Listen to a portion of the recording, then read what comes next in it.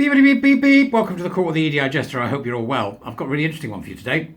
and to introduce those of you that are not aware, or not already aware, to someone who has been a stalwart player in the gender wars for a very long time, and who does the most extraordinary work and goes by the name The Lies They Tell. Sarah, The Lies They Tell on Twitter. I'll put the link to Sarah's Twitter downstairs, as well as the link to Sarah's website with a blog called The Lies They Tell, which is a blog about the world of gender identity ideology. Now, Sarah is not averse, as so many of us would be, to taking one for the team, so to speak. Hello, Sarah. How you doing? Right? And Sarah and I have one bone of contention, which is I think tenets about feminism, and she doesn't, right? And I've still yet to write the article to disprove Sarah's belief that it's not about feminism.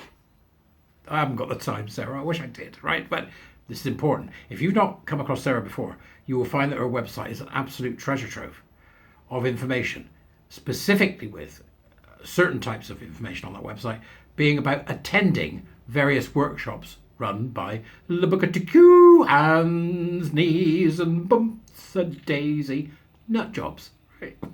Okay, so that's what I mean by when I say Sarah takes one for the team.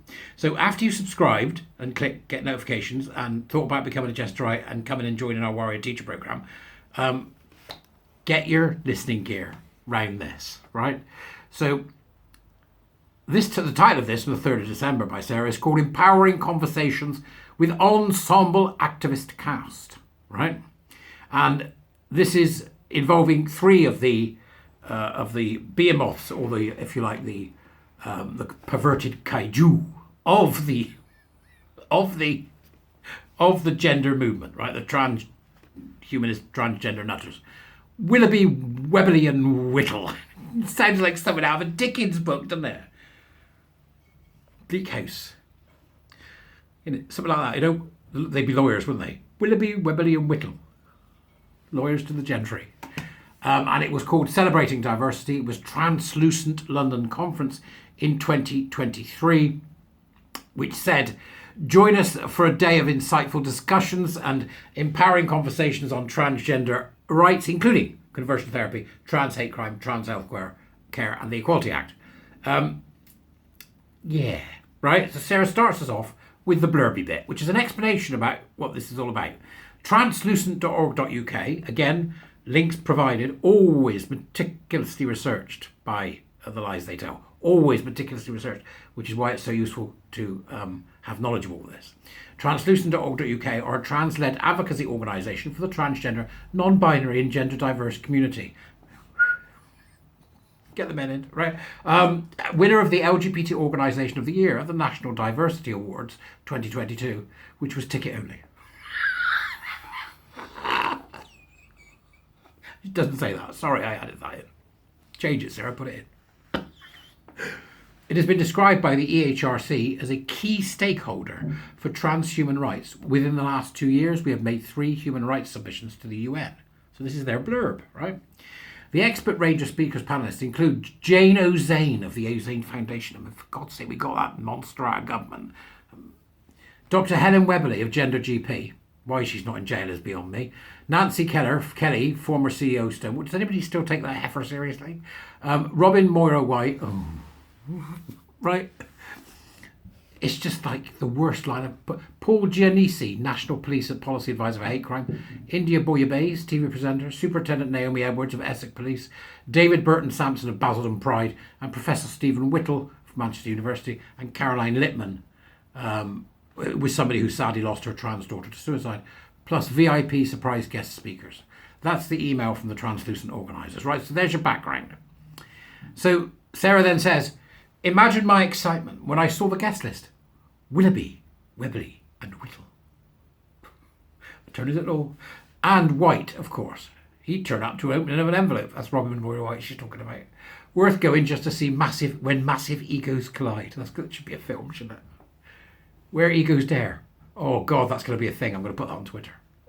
Replace a film title with the word ego. Oh yeah, we'll have some fun with that. So, would Susie Green be lurking somewhere in the shadows? Helen Belcher. I finally get to see Steph Place's geezer in person, and who would be the VIP surprise guest speaker when Himdia was already announced. He won't have liked that. I'm guessing it was going to be Munro Bergdorf, it usually is, but strangely all the gay Tims dodged the event. They never announced who the VIP guest was, but Susie Green, Annie Wallace, Ross Cavanagh and Peter Tatchell all turned up. So take your pick. From what I could see, Weberly and Green did not speak to each other. However, Kelly and Green hugged. Throughout the conference, the Tims who make up Translucent walked constantly up and down the conference hall having important whispered conversation and much nodding of heads. Many of their participants found it hard to stay focused during the talks, looking at videos on their Twitter feeds instead. Why, says Sarah, why in 2023 was it necessary for trans people to meet up to discuss their rights? Well, because there is a culture war led by the media in which trans people are stigmatised, like, for example, Steph being criticised for being made chief executive of an endometriosis charity, a bloke. The week before, timely planning I would say, that's when that happened, a week before, the words truth, clarity and justice were important. There hadn't been a sudden explosion in numbers. They weren't here to take away the hard-won rights of women. Trans people had always existed. Why, in ancient Egypt there'd even been a female priest called Hatshepsut who existed and took on the male role of the pharaoh. She was actually a wife and only regent. Richards claimed that she had been depicted as wearing male clothes and as a man in paintings. He generally suggested that she probably wasn't trans. Then he said was an example of gender bending, despite the facts proving the exact opposite. Let us not also forget, they said, the trans man, John Barry, the surgeon who performed the first successful caesarean section. That Barry stayed in a role as a man after retirement was proof that she did really identify as a man, said Richards. Moving on to the 1930s, Richards compared the rise of fascism in Germany to the culture war we are seeing now. Once again, it was trans people who were victims being marked out as degenerate and disposable. It wasn't clear how many trans people died in the Holocaust, but he was said it was between 5 and 15,000. This led nicely into a reference about Robert Cowell flying a Spitfire, who later became Roberta after having gender-confirming surgery, and who could forget the wonderful April Ashley. In 2023, we'd be thankful to the likes of Sophie Wilson, a man who had something to do with engineering your smartphone. There's some great stuff in here. You've got pictures and things, and all the documents that were given at the time. So Sarah's picked a select few to put up for you to have a look at. Do you know, I think that's enough, right? It's so comprehensive, it's so well catalogued and so well written that it is a joy to read the entire thing and see what these people are saying.